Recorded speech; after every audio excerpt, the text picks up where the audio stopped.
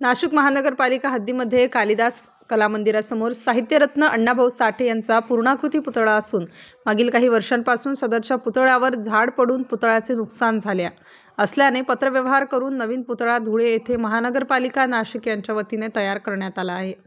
मात्र महानगरपालिका यांच्या वतीने हा पुतळा बसविण्यात आलेला नसून पुतळ्याच्या परिसराचे सुशोभीकरणाचे भूमिपूजनही झालेले नाही, तर सुशोभीकरणाच्या कामालाही सुरुवात झालेली नाही। वारंवार लेखी व तोंडी वरिष्ठ अधिकाऱ्यांच्या भेटी घेऊन समाज बांधवांनी सदरची बाब निदर्शनास आणून दिलेली आहे, परंतु महानगरपालिका प्रशासन यांच्याकडून नवीन पुतळा बसविण्यासाठी कुठलीही कार्यवाही होत नसल्याने दिनांक 10 जानेवारी 2025 रोजी सकल मातंग समाजाच्या वतीने जिल्हाधिकारी कार्यालयासमोर आंदोलन करण्यात आले।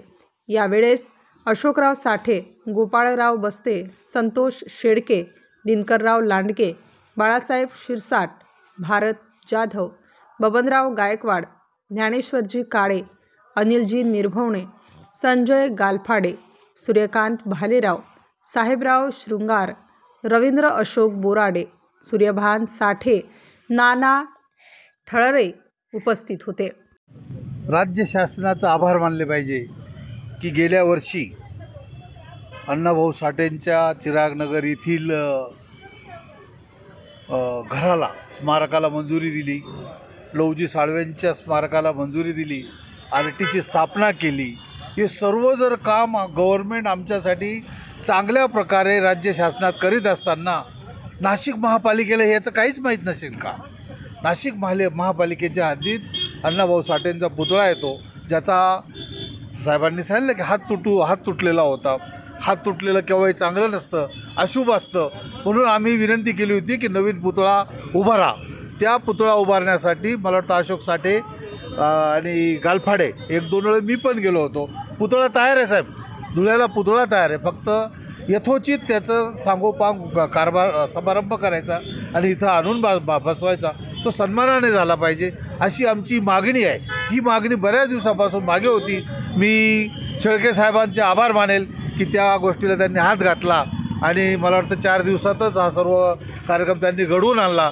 त्यासाठी या ठिकाणी उपस्थित रमेश कांबळे, सूर्यभान साठे, अशोकराव साठे, दिलीप अण्णा साठे, रवी बोराडे, भारत जाधव साहेब, सूर्यकांत भालेराव, सूर्यभान साठे, बलसाडे साहेब, नाना उल्हारे, दिनकररावजी लांडगे, पोपटराव वाघ, गायकवाड साहेब, रणबावळे साहेब, आपलं किरण जाधव, साहेबराव शृंगार, ज्ञानेश्वर काळे, अनेक लोक या ठिकाणी धडपड करीत आहेत। या कामासाठी हे काम कसं होईल यासाठी प्रयत्न करत आहेत। जर सरकारने हे काम आमच्या विनंती मान्य करून ताबडतोब केलं नाही तर त्या बाबतीत नंतर उग्र निदर्शने करण्यात येतील। आम्ही या समाजाच्या वतीने ज्यांना जाणीव करून देतो, मोर्चा काढण्यात येईल, तरी महापालिकेने याची चांगली दखल घ्यावी अशी सकल मातंग समाजाच्या वतीने साहित्यरत्न लोकशाहीर अण्णाभाऊ साठे यांचा पूर्णाकृती पुतळा जो आहे GPO चौकामध्ये, मागील काही वर्षापूर्वी झाडाची फांटी तुटून त्या पुतळ्याचं मोठ्या स्वरूपात नुकसान झालं होतं।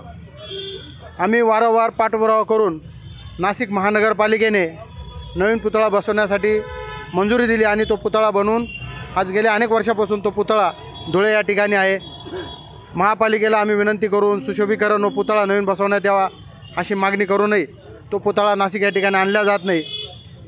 समाजाच्या वतीने लेखी स्वरूपात, तोंडी स्वरूपात, सगळ्या स्वरूपात महानगरपालिकेला निवेदनं देऊन झाले, परंतु महापालिकेची शिरजोरपणा आणि अधिकाऱ्यांची मुजोरी यामुळे मातंग समाजाने असं ठरवलं आहे का जर आमच्या मागण्या अशा पद्धतीने मान्य होत नसतील तर मग त्या न्याय घेण्यासाठी आम्ही रस्त्यावर उतरणं योग्य आहे।